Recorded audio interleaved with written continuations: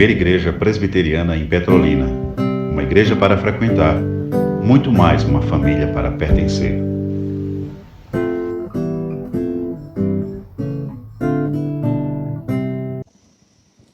Oremos. Eterno Deus, gracioso e soberano Pai, em cuja presença nos encontramos aqui nesta noite, neste santuário, Senhor, que Tu tens preparado para as nossas vidas, para a nossa edificação, consolo, conforto e ânimo, Senhor, no mundo em que vivemos.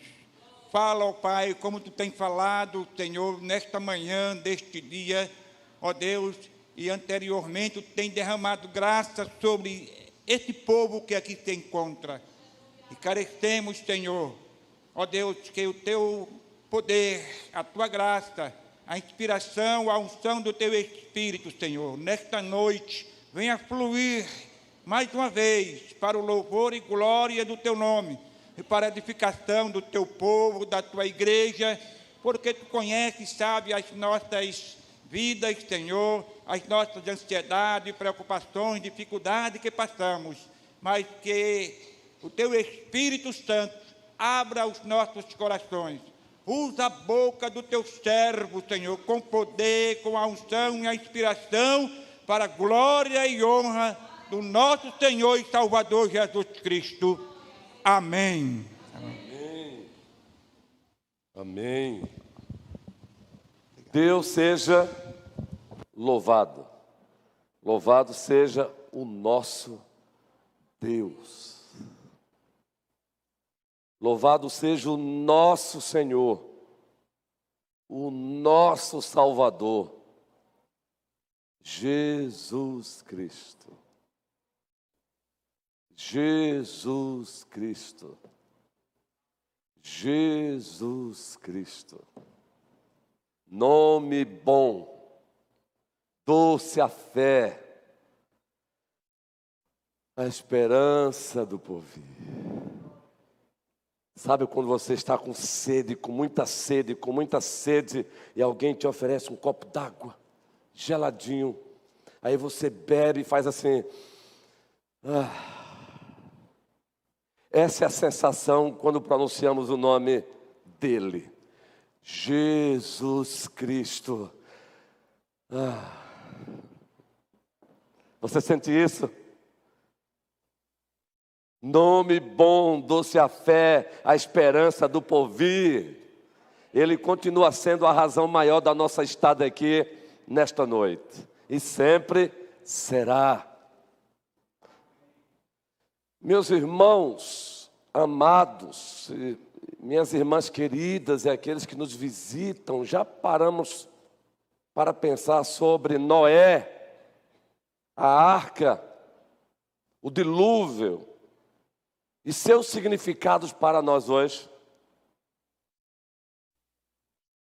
Noé, a arca, o dilúvio e seus significados para nós hoje, parte 1. Dentro da série Gênesis 1 a 11, a história que explica todas as histórias. Iniciaremos lendo, por incrível que pareça, um texto do Novo Testamento e depois voltaremos para Gênesis, os capítulos 8, ou melhor, 6, 7 e 8. Mas antes, carta de Deus aos Romanos, o capítulo 15, o versículo 4. Romanos capítulo 15, versículo 4. É o nosso, no bom sentido, trampolim. É a nossa base de lançamento para Gênesis 6, capítulo 6, 7 e 8. E o texto se encontra assim. E convidamos toda a igreja e desafiamos toda a igreja carinhosamente, pastoralmente, como ato de adoração, a lermos esse texto juntos, em uma só voz, com entusiasmo. Adoremos. pois tudo quanto outrora para o nosso ensino foi escrito, a fim de que, pela paciência e pela consolação das Escrituras, tenhamos esperança. Pois bem, assim foi com esse propósito que Moisés, movido pelo Espírito Santo, ele registra a história que envolve Noé, que envolve a tão famosa arca e o dilúvio. Gênesis, o capítulo 6, 7 e 8. É claro que tem o 9, mas o 9 ficará para depois. Pois nesses 3 capítulos, muito especialmente, nos é apresentado a história real, factual, não é lenda. Nós não damos guarida à teologia liberal. Desse púlpito aqui jamais sairá a teologia liberal que diz que Noé é lenda, que essa história de uma arca é mito. Não, é história. É história. E Moisés, movido pelo Espírito Santo, João Pedro, por vontade de Deus, nos apresentou essa história. E nós temos lições preciosíssimas para nós, extraídas dessa história. E nós vamos trabalhar de trás para frente, de acordo com o tema. O subtema se encontra Noé, a arca e o dilúvio. Logo, trabalharemos nesta noite o dilúvio e seus significados para nós hoje.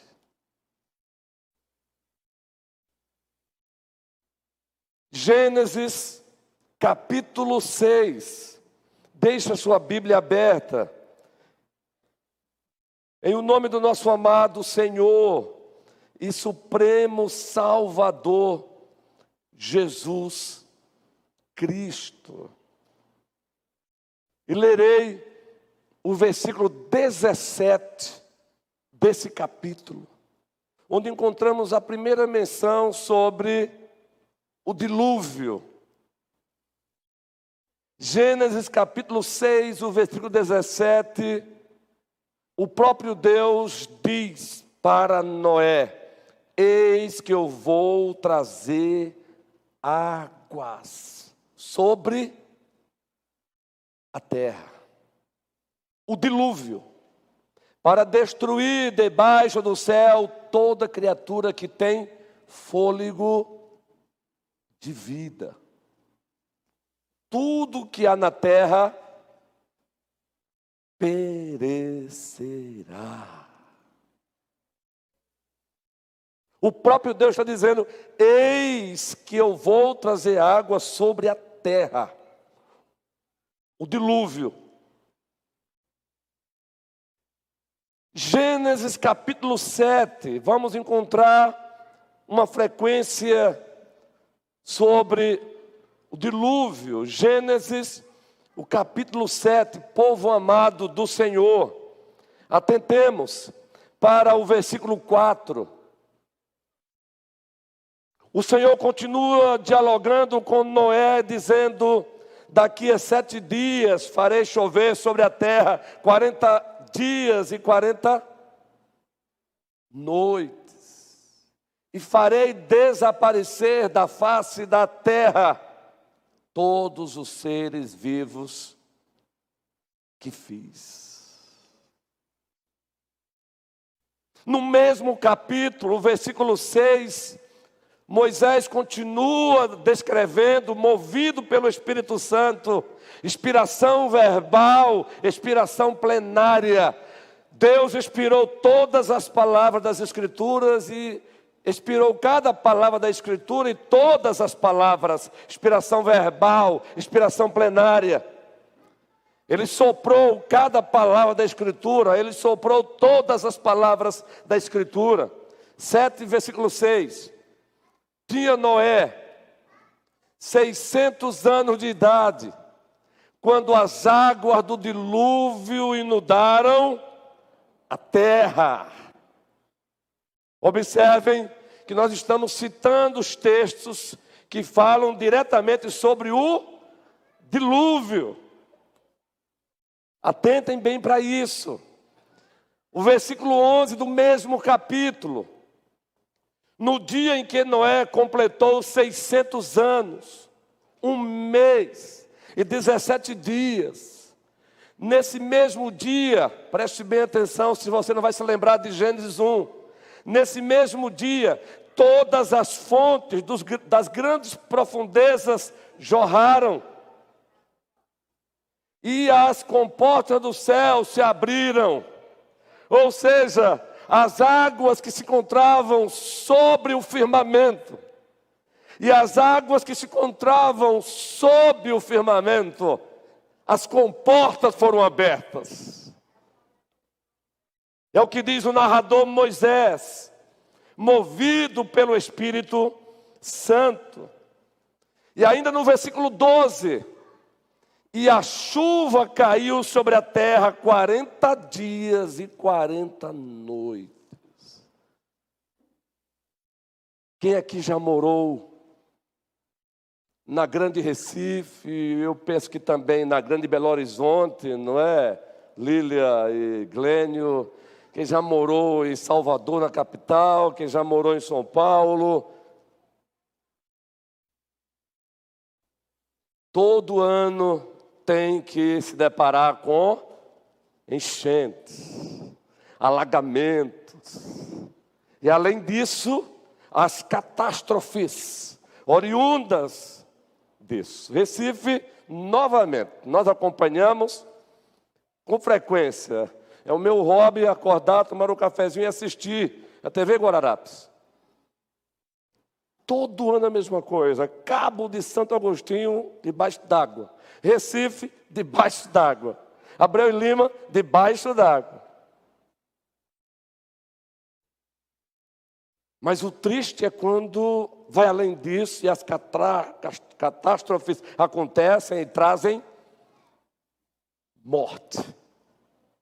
Agora imagina, a Bíblia diz aqui, 40 dias, e a chuva caiu sobre a terra 40 dias e 40 noites. Agora observem, 40 dias, as águas que estavam sobre o firmamento, as comportas são abertas, e as águas que estavam sob o firmamento, as comportas foram abertas. Queridos, Deus é perfeito.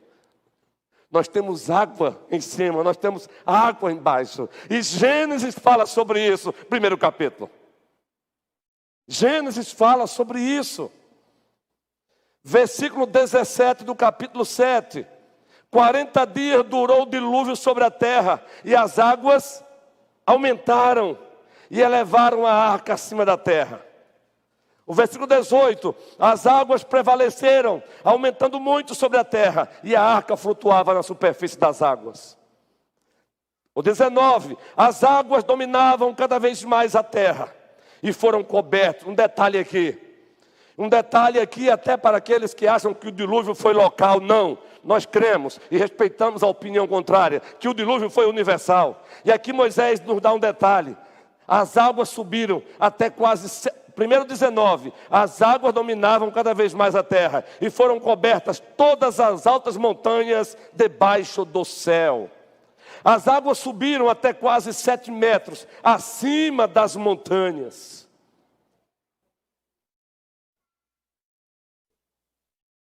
Meus irmãos, isso aconteceu literalmente.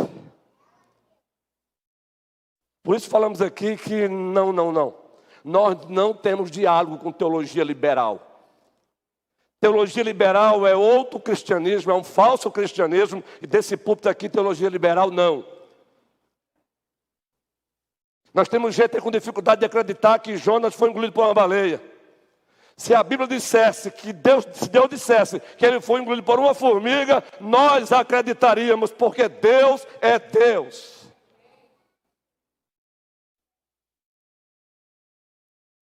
Isso aconteceu literalmente, um dilúvio universal. Aliás, os geólogos contribuem com isso hoje. Os arqueólogos nos ajudam muito sobre isso hoje, ainda que não precisemos deles para acreditar no que a Bíblia diz.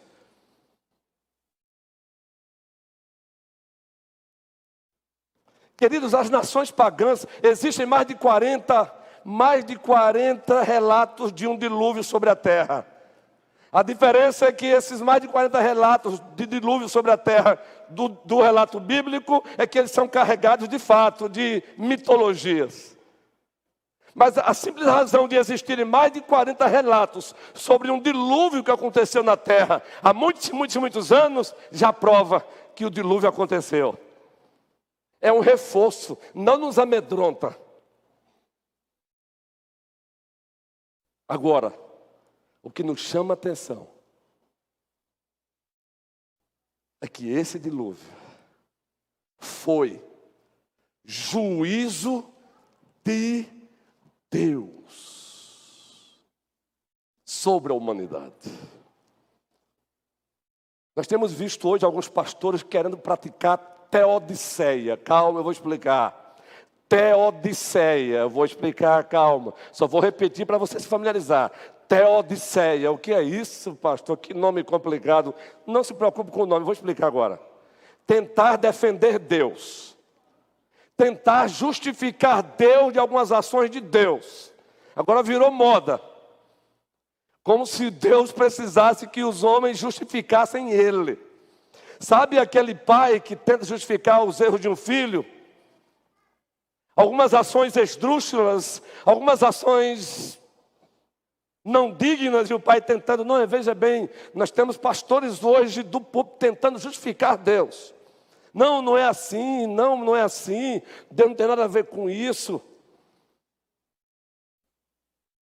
A Bíblia diz que esse dilúvio foi Deus que trouxe sobre a humanidade. Manifestação do juízo de Deus, temporal, sobre a humanidade.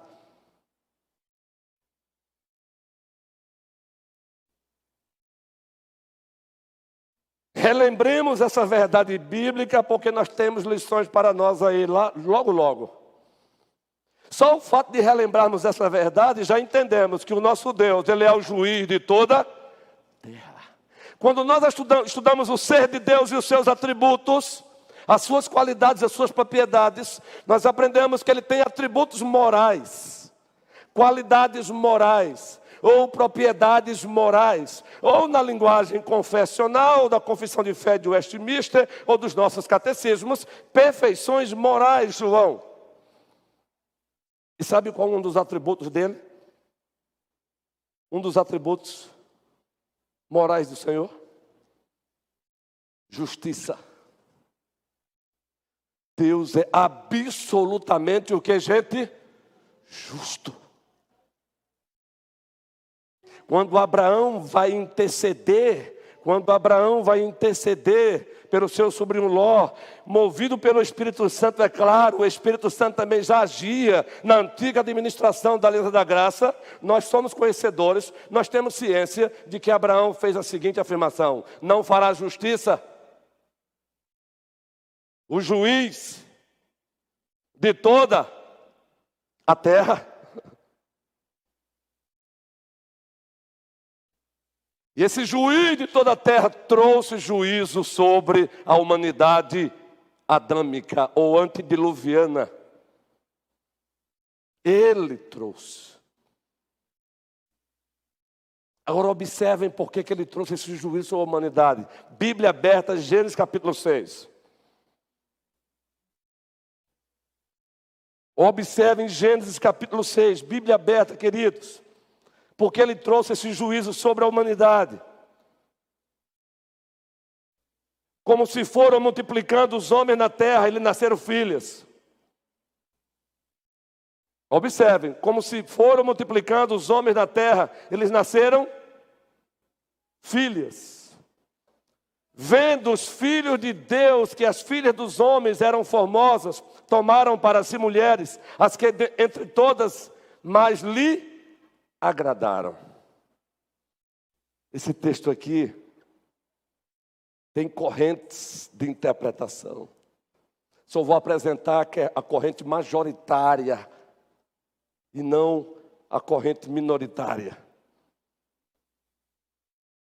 A corrente minoritária, ela diz que esses filhos de Deus aqui eram anjos que se encantaram pelas mulheres. A corrente majoritária, inclusive o comentarista alemão Braumer, os comentaristas brasileiros Hernando Dias Lopes, Augusto Nicodemos, deixam bem claro, e a Bíblia mostra isso, que esses filhos de Deus aqui, sabe quem são? A linhagem eleita, a linhagem santa, os descendentes de Sete. Lembram que lá em Gênesis 4, Moisés nos apresenta a linhagem da serpente, Caim e a sua descendência. Lembram que Gênesis 5, lembram do sermão de Gênesis 5? Ali é a linhagem de Sete, é a linhagem daquele que viria e pisaria na cabeça da serpente. Então essa linhagem passou a se chamar de filhos de Deus. Aliás, quando pulamos para o Novo Testamento, o Evangelho de Deus, segundo o apóstolo João, muitos até se irritam com a igreja quando João 1,12 é lido. O que é que diz o Evangelho de Deus, segundo o apóstolo João, primeiro capítulo, versículo 12? O que é que diz aí? Toda a igreja, como ato de adoração, vamos ler.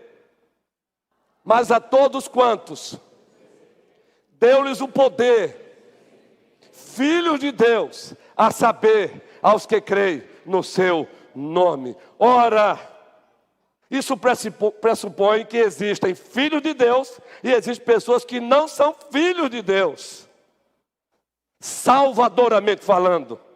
Então a linhagem aqui, os filhos de Deus de Gênesis, a descendência de Sete. Lembram que a partir de Enos, filho de Sete, se passou novamente a invocar o nome do Senhor? Lembram que Gênesis 5 nos é apresentada a linhagem santa?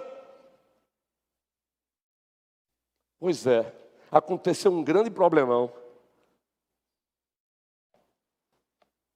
É que essa linhagem santa ousou ultrapassar o limite. E Moisés diz que os filhos de Deus se encantaram pelas mulheres, dos filhos dos homens. Casamento misto. A questão não é só o casamento misto, a questão que envolve isso. Envolve o rompimento com Deus, principalmente. Envolve o rompimento com o padrão de Deus. A linhagem de Caim, a partir daí é que surge politeísmo, a crença em vários deuses. É a linhagem de Caim que gera paganismo. É a linhagem de Caim, a patrona do ateísmo. Mas a linhagem de Sete, de Enos, a linhagem santa não. É monoteísmo, é a crença em um só Deus.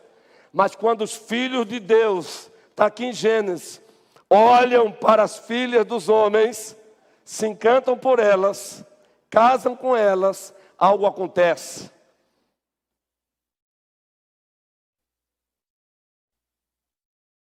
O temor de Deus começa a ser abafado. O temor de Deus que havia no coração dos filhos de Deus começa a ser abafado após essa relação mista. A Bíblia diz quem foi que corrompeu o coração de Salomão. Lembram de Salomão? Lembram de Salomão, filho de quem? Davi. Lembram qual foi o primeiro pedido dele? Ele agora está no trono. Ele faz o primeiro pedido. Deus se apresenta a ele, ele faz um pedido. Qual é o pedido que ele faz? Um jovem rei diz: Senhor, dai-me sabedoria para governar o teu povo que é grande. Deus deu muito mais do que sabedoria, deu riqueza, deu bens. Mas diz o texto sagrado, reverberando a tentação do Éden, é que ele ousou colocar no seu harém muitas e muitas mulheres pagãs. É que ele resolveu politicamente fazer aliança com nações pagãs. E vocês sabem que nos tempos passados, a aliança política era feita também através de casamentos. E as mulheres pagãs levaram Salomão a apoiar a construção de altares dedicados a deuses pagãos. É o próprio Salomão que vai dizer isso em Eclesiastes. Isso mostrando que depois ele se arrependeu, louvado seja o Senhor. Pois a Bíblia está aberta em Gênesis, capítulo 6, foi isso que aconteceu. Por isso ele trouxe juízo sobre aquele povo antediluviano. Porque essa relação, ela trouxe um resultado de imoralidade. O pecado se propagou mais ainda. As fronteiras foram totalmente... Acabaram as fronteiras, as balizas, os limites. Vejam só como se foram multiplicando os homens na terra. Eles nasceram filhos. Vendo os filhos de Deus que as filhas dos homens eram formosas, tomaram para si mulheres, as que entre todas mais lhes agradaram. Alguém consegue ver aqui alguma relação com Gênesis 3? Observe o que o narrador diz. Moisés, movido pelo poderoso, majestoso Espírito Santo, vendo os filhos de Deus que as filhas dos homens eram mais formosas. Alguém consegue fazer um link aqui com Gênesis 3? O que levou Eva a pegar do fruto e comer? Vendo Eva que a árvore era o quê? Agradável aos olhos. Por isso que Davi vai dizer no Salmo: eu nasci em iniquidade, em pecado me concebeu a minha mãe. Eles preferiram romper o compromisso com Deus, em nome do prazer, do hedonismo, da imoralidade sexual, da depravação. Agora preste bem atenção no versículo 3. Então disse o Senhor, e aqui você vai ficar um pouco chocado. Talvez, se você, semelhante a mim no passado também, interpretava erradamente esse versículo 3, mesmo como pastor. Por isso, louvado seja Deus, estamos sempre crescendo. Aliás, muitos pastores ainda têm essa opinião e devemos respeitá-lo. Mas quando você lê direitinho esse texto aqui, versículo 3. Então disse o Senhor: o meu espírito não agirá para sempre no homem, pois este é carnal. Agora observe a última parte. E os seus dias serão 120 anos. Aí no passado, mesmo já pastor, eu imaginava que esses 120 anos era Deus dizendo assim: o homem não vai viver mais. Ele viveu 800, 900, ele agora daqui para frente vai viver apenas 120 anos, no máximo. Não. Sabe o que Deus está dizendo aí? Para essa geração, eu só dou mais 120 anos. Entre o anúncio do dilúvio e o dia que Noé entra na arca, aproximadamente quantos anos se passaram? Aproximadamente 120 anos, queridos. Antes do dilúvio, Deus diz: olha, eu darei para vocês apenas 120 anos. O tempo aproximadamente em que Noé, tema do próximo sermão, construiu uma arca. E aí no versículo 4, então disse o Senhor, ou melhor 4, ora, naquele tempo havia gigantes na terra. E também depois, quando os filhos de Deus, ele repete, possuíram as filhas dos homens, as quais lhe deram filhos. Estes foram valentes, varões de renome na antiguidade. Mateus 22:30 diz que os anjos são assexuados. Mateus 22:30, o próprio Cristo diz que os anjos são assexuados. Então, é por isso que nós preferimos a interpretação majoritária. Aqui não são anjos, filhos de Deus, descendência eleita, descendência santa, a descendência da aliança, a descendência de Sete, são os setitas. Filho dos homens, a descendência da serpente, a descendência de Caim. E diz o texto que já havia gigantes antes, e depois ainda, mais ainda, versículo 5. Viu o Senhor que a maldade do homem se havia multiplicado na terra, e que era continuamente mal todo o desígnio do seu coração. Então, e aqui o teísmo aberto. O que é o teísmo aberto? Lá vem o pastor com essa palavra. Para com isso, pastor. Não, calma. Eu vou explicar. Teísmo é a palavra que acredita na existência de um Deus que se relaciona com aquilo que Ele criou. Teísmo. Então nós somos teístas. E o aberto é a mais nova teologia que diz que Deus abriu mão da sua soberania, de tal maneira que Ele não sabia se Adão iria pecar ou não. Ou teologia maldita, não tem nada a ver com o nosso Deus. Deus nunca abriu mão da sua soberania. E vejam que encontramos pastores fazendo defesa a isso. E ainda tem quem queira que a gente dê espaço para eles. Não. A igreja é coluna e baluarte da verdade. Devemos rechaçar a heresia sempre. Teísmo aberto é heresia.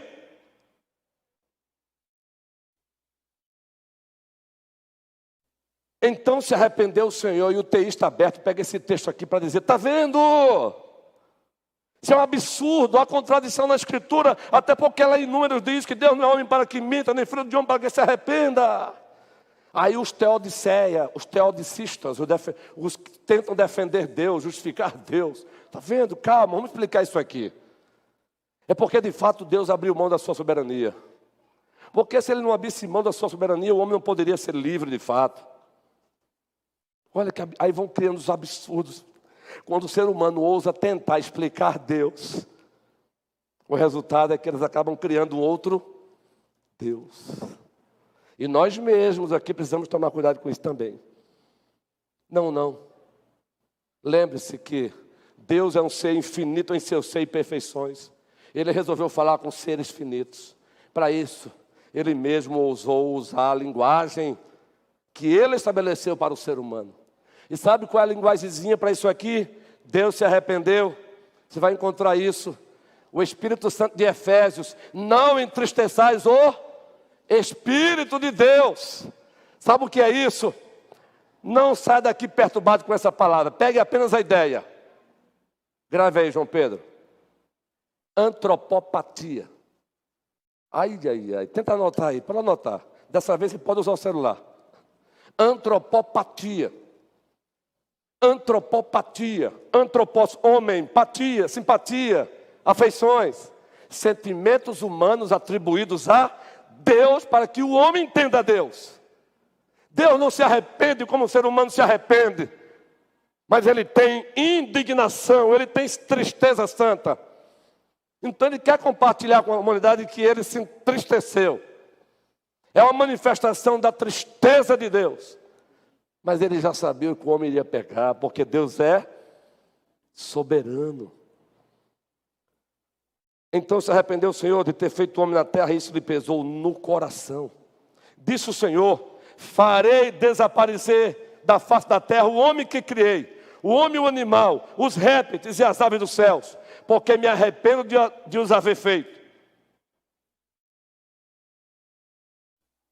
Razões: pecado, desobediência, zombaria para com Ele, viraram as costas para Ele, praticaram. Nós achamos que atrocidade só acontece hoje.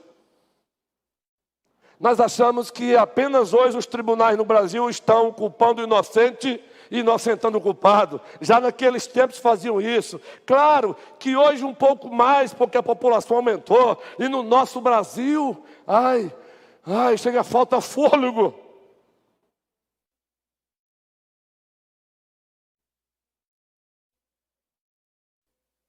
Leia Gênesis 6, à luz de Romanos 1, Romanos 3. Leia Gênesis 6, à luz de Romanos, de Gálatas 5, as obras da carne. Vocês já ouviram falar no histórico dos ninivitas? Vocês já ouviram falar por que Jonas não queria, se indignou porque Deus não destruiu aquela nação? Vocês já ouviram falar que Jonas não foi pregar para os ninivitas porque era covarde? Não, o texto não diz isso não.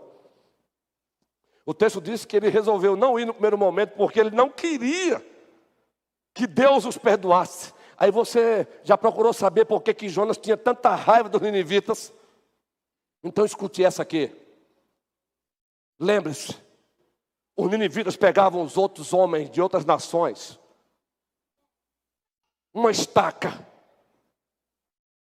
e atravessavam os seus corpos através de um dos seus orifícios.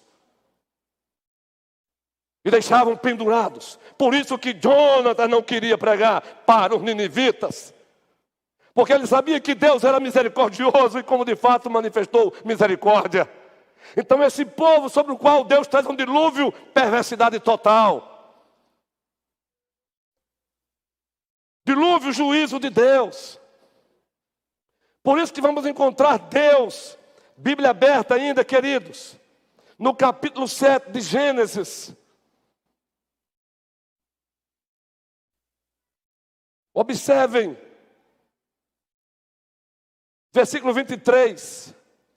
Todos os seres vivos foram exterminados da face da terra, tanto os homens como os animais grandes, os animais pequenos que se movem rente ao chão, e as aves do céu foram exterminados da terra. Deus exterminou aquela geração antediluviana, manifestação do seu juízo.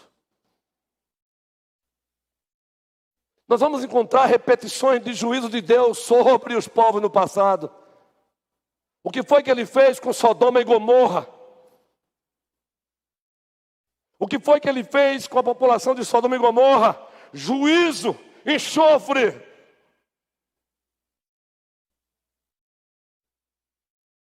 Nós não temos vergonha do nosso Deus. Santo, santo, santo é o Senhor dos exércitos, e toda a terra está cheia da sua glória.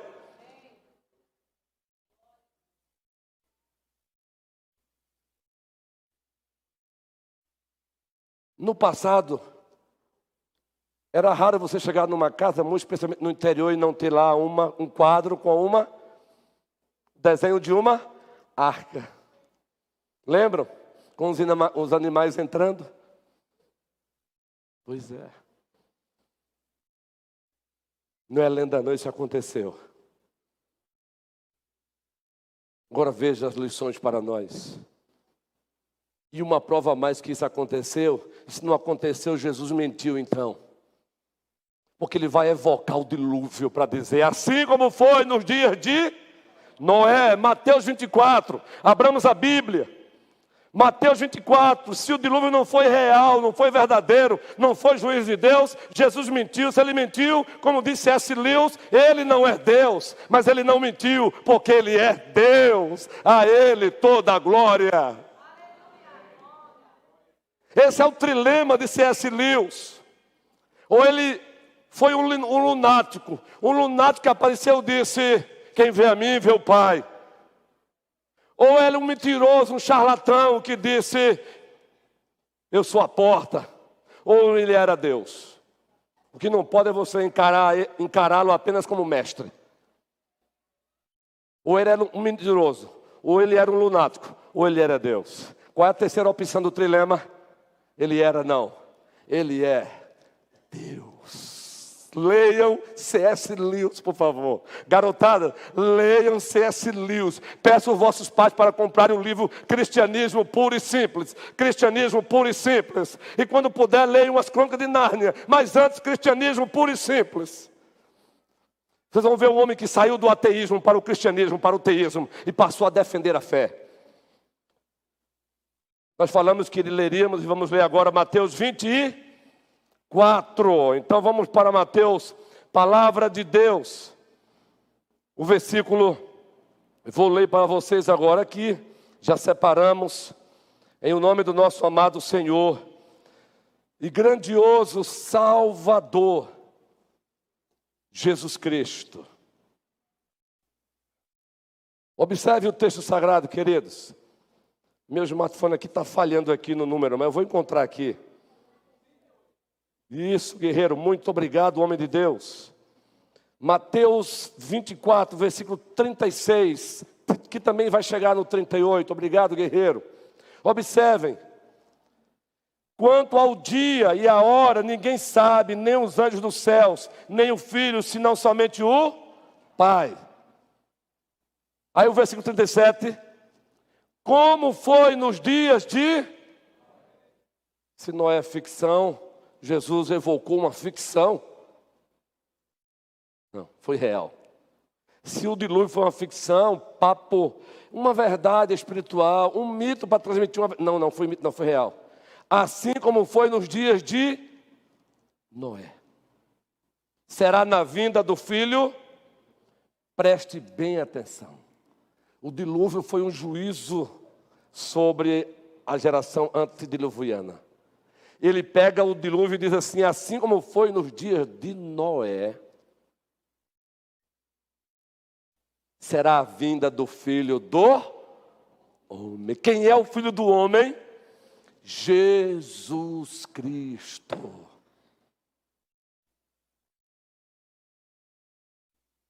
Versículo 38. Pois nos dias anteriores ao dilúvio, ele também cita Gênesis 6 aqui. Os dias anteriores ao dilúvio, ele faz menção a Gênesis 6. O que é que ele narra? O que acontecia lá? O povo vivia comendo, bebendo, casando-se, lembram? E dando-se em... Ora, ele é contra comer e beber? Ele é contra casamento? Não. O que ele está evocando aqui é Gênesis 6. O contexto no qual se dava a comida e a bebida. O contexto no qual se dava aqueles casamentos. Um contexto de pecado, de desobediência.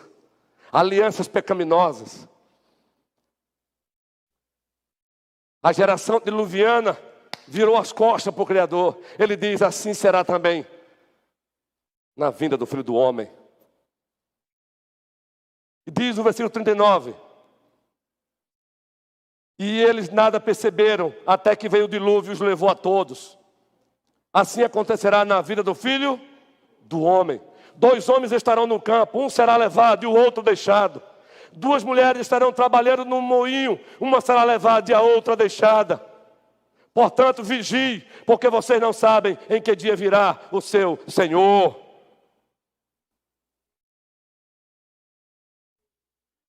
Agora atentem. Assim como o dilúvio foi real, literal, factual, juízo sobre aquela geração diluviana, Jesus Cristo voltará para trazer juízo sobre o universo, sobre a terra, sobre as nações. Quem tem ouvido, ouça o que o Espírito Santo continua dizendo à igreja, aos povos, aos homens, às mulheres, às crianças, aos jovens. Jesus Cristo voltará para trazer juízo também. Atentemos para isso. Mateus 24, Mateus 25 falam também sobre isso. Agora observem. Ele concedeu 120 anos de tempo para aquele povo se arrepender. Porque quando ele diz: o meu espírito não permanecerá mais sobre mais do que 120 anos.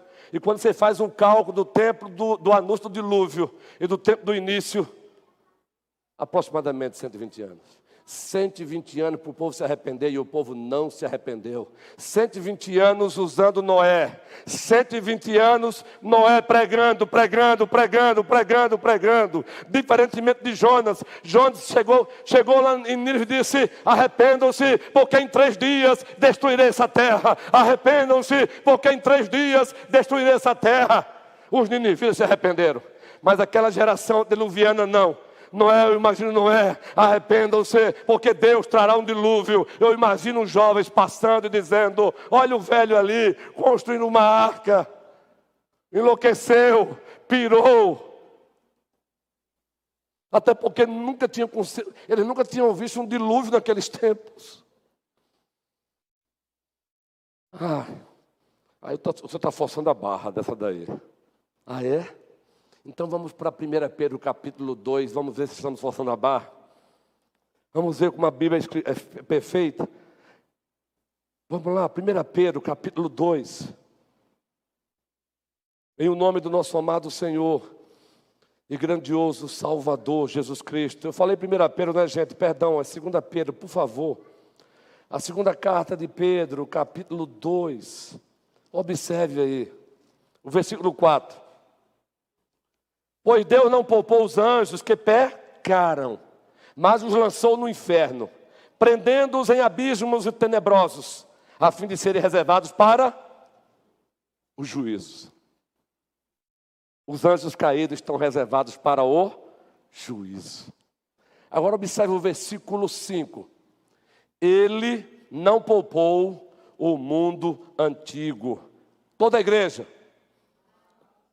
Vamos lá. Valeu, gostei. Ele não poupou o mundo antigo. Quando trouxe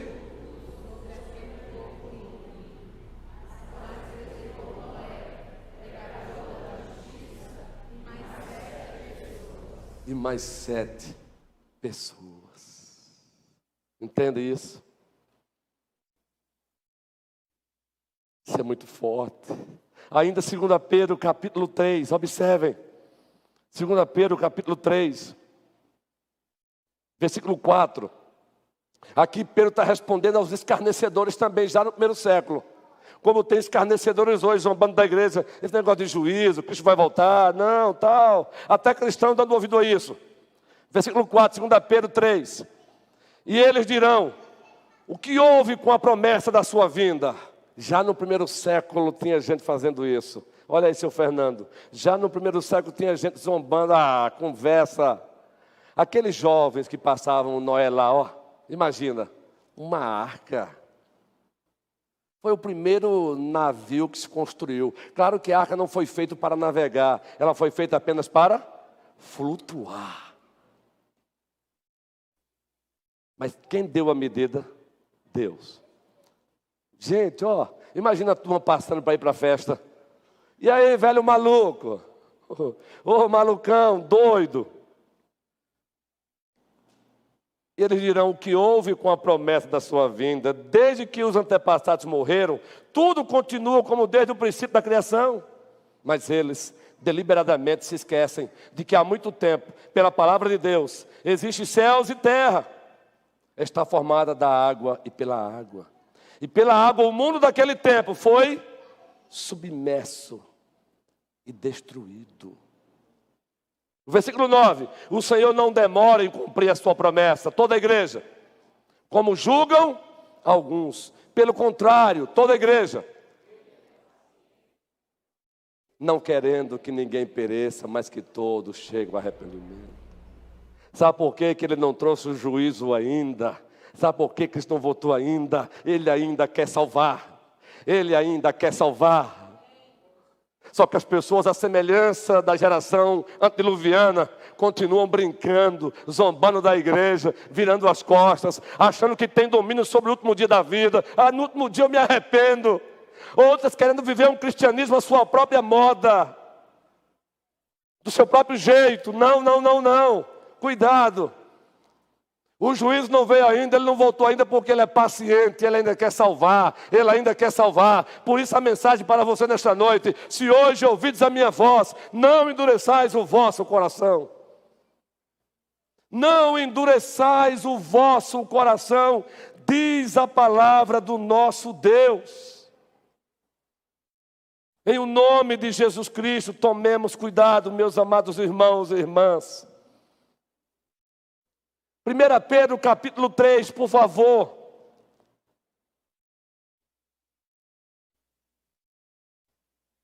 Versículo 18.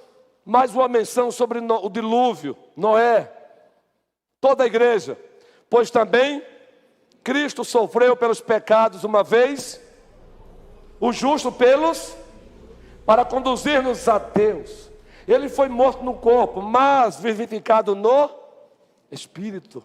Agora note agora que vem o 19, gente. No qual também foi e pregou aos espíritos em... Sabe o que era esse espírito em prisão? A geração antediluviana.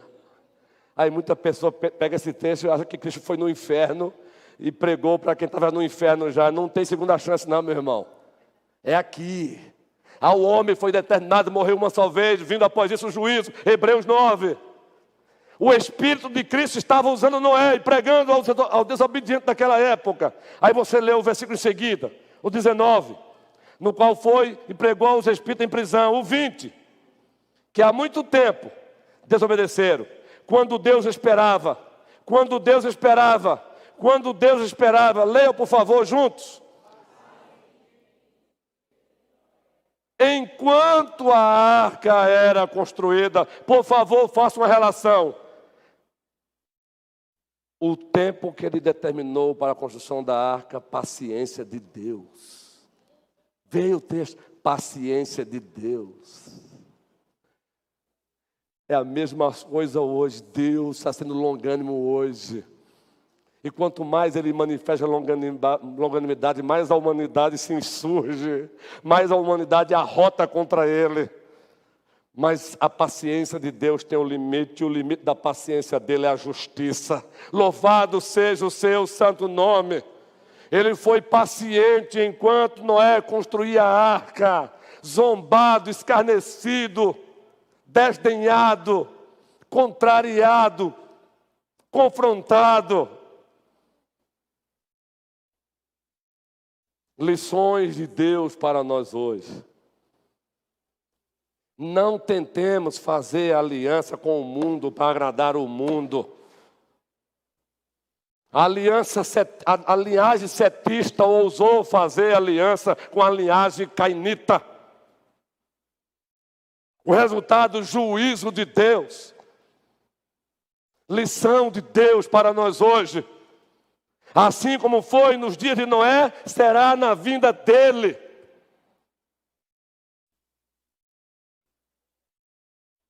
Lição para nós hoje. A longanimidade de Deus continua. Lição para nós hoje. Continuemos pregando a justiça como Noé pregou.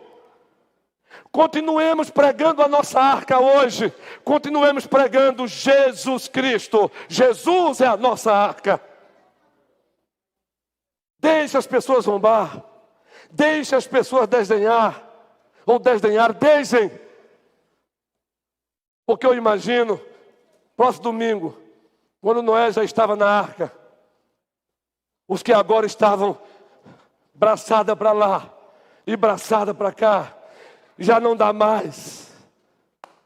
Agora é tarde demais. Em o nome de Jesus Cristo, não brinquemos de cristianismo. Não brinquemos de igreja. A igreja não é parque de diversão. Nós estamos lidando com destinos eternos, ou céu ou inferno. E o nosso desejo é que todos nós um dia adentremos no novo céu e na nova terra. Que o Senhor nos abençoe. Assim como foi nos dias de Noé, será com a volta de Cristo Jesus. E Ele já está a caminho. Ele já está a caminho. A Bíblia diz em Apocalipse que Ele virá montado num cavalo branco. E olharemos para Ele e terá escrito, vamos ver escrito na sua coxa, o que, gente? Derrotado? Coitadinho? Não. Vai estar escrito na sua coxa, Rei dos Reis. Aleluia. Senhor dos Senhores. Aleluia. Eita, nunca sabia que o pastor preteriano também se empolga. Ah, se empolga sim. Se empolga sim. Se você estiver naquele dia, você vai ver o pastor Onils correndo para lá e dizendo, aleluia, aleluia, aleluia. Que o Senhor nos abençoe hoje e sempre. Amém.